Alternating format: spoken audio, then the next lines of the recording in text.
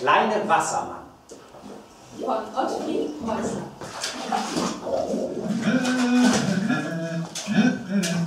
Als der Wassermann eines Tages nach Hause kam,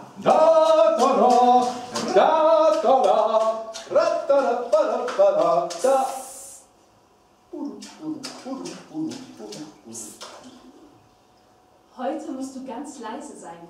Sagte die Wassermannfrau zu ihm. Wir haben nämlich einen kleinen Jungen bekommen. was du nicht sagst. Ja, die Sachen passten wie angegossen. Los!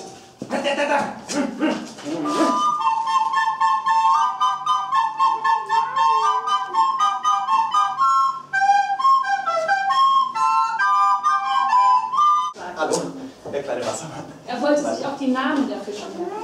Guck mal, hier vorne, das ist die Forelle. Das ist die Forelle? Genau. Und da hinten haben wir eine Elritze. Das ist eine Elritze? Ja. Hallo, ich bin der kleine Wassermann. Ja, und guck mal hier, 2 Karpfen. Nein!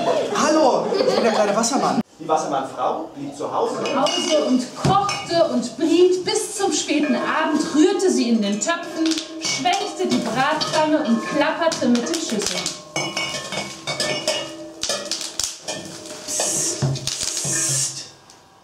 Und zwischendurch gab sie dem kleinen Wassermann seinen Brei.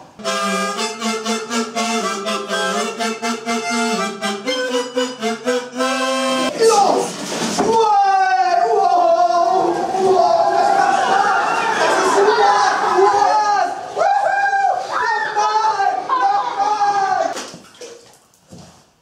Aber was war das?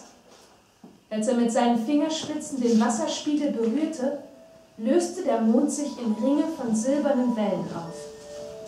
Hast du ihn? Aber der Wassermannvater bekam keine Antwort. Er sah, wie der Junge nun selber mitten im flüssigen Silber schwamm und wie silberne Tropfen aus seinen Haaren sprühten, als er sich